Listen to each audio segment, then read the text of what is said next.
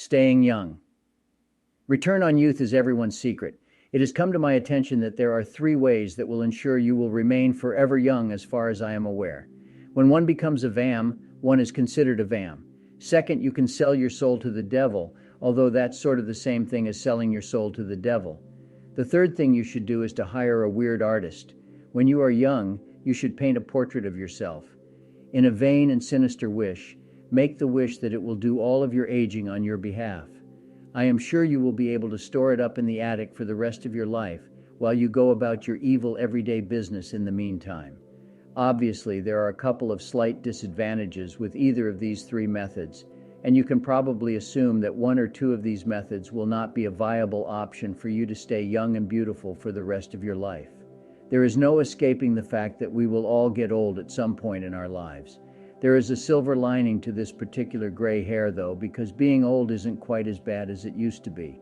When I was a kid, I remember that when most people started wearing old man's clothes and didn't know what modern music meant, 40 seemed to be the average age at which most people started wearing old man's clothes. Let's just take a moment to think about all of the 1970s sitcoms starring people like Derek Nemo and Leonard Rossiter, for example. As a matter of fact, 40 seems to be a very young age nowadays. There hasn't been much change between then and now, except in people's mindsets, which is the only thing that has changed. There is no doubt that if you think you are old and over the hill, then you will start acting as if you are old and over the hill. Having been a cyclist for over a decade, I'm able to tell you that getting old isn't a barrier to cycling. It is not uncommon for me to hear about cyclists who are much older than I am who ride their bikes on a regular basis, as well as being fairly strong physically. It's a feat that would put many of the young lads in their 20s to shame. The age at which we humans reach our biological peak is generally accepted to be between the ages of 20 and 35. After that, we start going through a number of negative changes that gradually make us slower, heavier, and less agile as we go through the aging process. Having said that, if you are unfortunate enough to be predisposed to certain diseases, as I see it from my perspective, you can either sit there and wait for it all to catch up with you as you try to understand the latest song by Dua Lipa.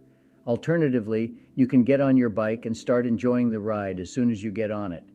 In the past few years, golf seemed to be the go-to sport for men in their 50s, but nowadays it seems to be cycling, with more and more people joining or returning to the sport world.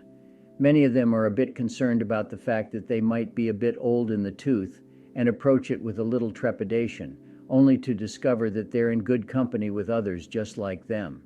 Most cycling clubs in the world have members of similar ages, as you will see if you go along to one.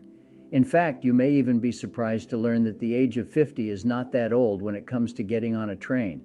A 47-year-old Dutch cyclist will be competing in 2014. As well as being the oldest professional cyclist on a UCI-registered team, he also beat many riders less than half his age in that year's Tour of Langkawi, which took place in November. I would add that if you think that was just because he was a pro rider, again, you should go along to any local cycling club's time trial and see how the riders in their 50s, 60s, 70s, and older performed in that time trial. Now, we all know that cycling is very good for us at any age. Those benefits don't simply stop just because we're a bit older. If anything, they're even more important as they can actually help slow down the aging process.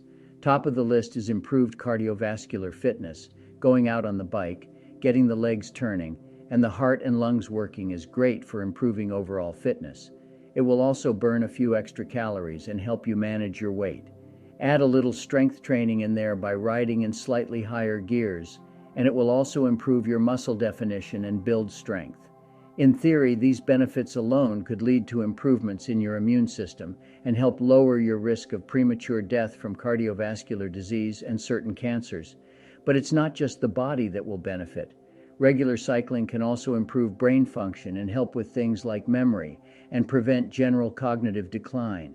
It's also a great way of improving your mental. Cycling and just being out in the open air can really help with things like depression and anxiety. And if you are riding with others, it's a great way of meeting new people or socializing with existing friends. But I also understand that some people may have a few concerns about getting on a bike for the first time. Obviously, things like cost, being fit, and possibly looking stupid are the three main ones. If it's any consolation, I think pretty much everyone shares these worries, even younger people, when first getting into cycling. Being slightly older probably means doing a few general things such as improving your diet and allowing extra time for rest and recovery between rides, plus paying attention to a few specific individual issues to areas such existing medical conditions, balance problems, and joint care, particularly knees. In many cases, you will have to give it a bit of extra thought. So for instance, if you are having balance problems, think about getting a trike or a recumbent. If you are having balance problems, think about getting a trike or a recumbent. If you're having knee issues, and the use of an e-bike might be of benefit to you. If you are concerned about any aspect of your health in general, simply take it a bit slower than usual. There is no requirement to do so anywhere in the text. That is, unless you are actually participating in a race. Basically, we all get older, but it does not mean that you must age with it, because there are a variety of things you can do to slow the aging process down, so you do not have to age with it. In my opinion, those who ride bikes, regardless of how far or how fast they go, are going to reap the benefits of doing so. Having fun and keeping fit are far more important than what will inevitably happen if you don't cycle at any age is about having fun and keeping fit. In spite of the fact that you may no longer be in your 20s, you may still be able to get the full benefits of cycling that walking has to offer, even if you are no longer in your 20s. I would like to thank you for watching this video. Give me a thumbs up if you like it. I'd love to hear your comments.